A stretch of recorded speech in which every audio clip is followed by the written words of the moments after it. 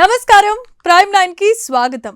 గబ్బిలం ఈ పేరు వినగానే చాలా మందికి కరోనా, రాబిస్, ఎబోలా వంటి వైరస్లే గుర్తొస్తాయి.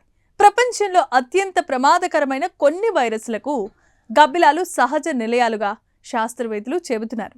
అయితే ప్రతి గబ్బిలం ప్రమాదకరమేనా? గబ్బిలం కరిస్తే ఏం చేయాలి? నిజంగా ఎంత ప్రమాదం ఉంది? ఇప్పుడు ఆ పూర్తి వివరాలు తెలుసుకుందాం. ప్రపంచవ్యాప్తంగా గబ్బిలాలు అనేక రకాల వైరస్లకు సహజ నిలయాలుగా గుర్తింపును తెచ్చుకున్నాయి. రాబిస్, ఎబోలా, నిపా, మార్బర్గ్ వంటి పలు వైరస్లు ఈ గబ్బిలాల్లో కనిపించినట్లు శాస్త్రవేత్తలు గుర్తించారు. అయితే ఇక్కడ ఒక విషయం మనం గుర్తుంచుకోవాలి. గబ్బిలాల్లో వైరస్లు ఉండటం ఒక విషయం, అవి ప్రతి సందర్భంలో మనుషులకు సోకటం మరో విషయం. ప్రతి గబ్బిలం మనుషులకు ప్రమాదకరం అని చెప్పడం సరైంది కాదు. అయినప్పటికీ వాటితో అనవసరంగా సన్నిహితంగా ఉండకూడదు అంటూ వైద్య నిపుణులు హెచ్చరిస్తున్నారు.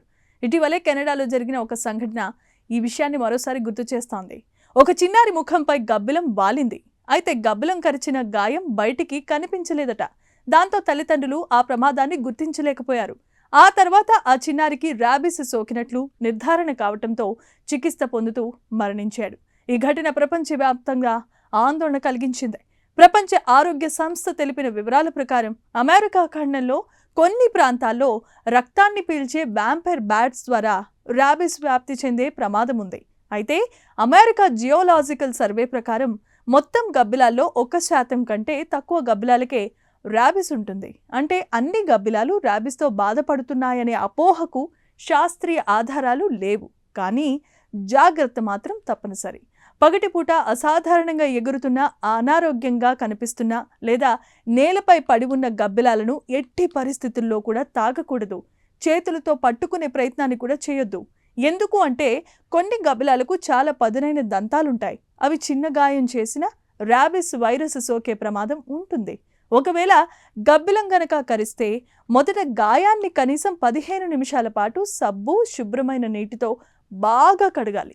ఆ తర్వాత ఆలస్యం చేయకుండా సమీపంలో ఉన్న ఆసుపత్రికి వెళ్లి ర్యాబిస్ నిరోధక టీకా అవసరమా లేదా అనే విషయాన్ని వైద్యుల ద్వారా నిర్ధారించుకోవాలి. ఇక భారత్ విషయానికి వస్తే దేశంలో విభిన్న అటవీ ప్రాంతాలు, సహజ ఆవాసాల్లో సుమారు 135 రకాల గబ్బిలాల జాతులు కనిపిస్తాయి. వాటిలో 16 జాతులు ప్రపంచంలో మరెక్కడా లేని భారతదేశానికి మాత్రమే చెందినవి. ఆశ్చర్యకరమైన విషయం ఏంటంటే చాలా గబ్బిలాల జాతులు ప్రస్తుతం అంతరించిపోతున్న జాబితాలో ఉన్నాయి. వ్యవసాయానికి హాని చేసే కీటకాలను తినటం, పరాగ సంపర్కానికి తోడ్పాటును అందించటం, విత్తనాల వ్యాప్తిలో కీలకమైన పాత్ర పోషించడం ద్వారా గబ్బిలాలు ప్రకృతి సమతుల్యతను కాపాడటంలో ముఖ్యమైన పాత్ర పోషిస్తాయి. అందుకే వాటిని చంపడం కాదు, వాటికి దూరంగానే ఉంటూ ప్రకృతిలో వాటి పాత్రను గౌరవించటం అవసరమని నిపుణులు చెబుతున్నారు. మొత్తానికి గబ్బిలాలు కొన్ని ప్రమాదకరమైన వైరస్లకు సహజ నిలయాలు కావచ్చు, కానీ ప్రతి గబ్బిలం మనిషికి ప్రమాదమని భావించడం మాత్రం సరైంది కాదు. అదే సమయంలో గబ్బిలాలను తాకకుండా ఉండటం, కరిస్తే వెంటనే వైద్య చికిత్స తీసుకోవటం ద్వారా ర్యాబిస్ వంటి ప్రాణాంతక వ్యాధులను నివారించుకోవచ్చు. ఇలాంటి ఆరోగ్యం, సైన్స్, అవగాహన కలిగించే ప్రత్యేకమైన కథనాల కోసం ప్రైమ్ 9ను సబ్స్క్రైబ్ చేయండి. వీడియో నచ్చితే లైక్ చేయండి, షేర్ చేయండి. మీ అభిప్రాయాన్ని కామెంట్స్లో తెలియచేయండి. నమస్కారం.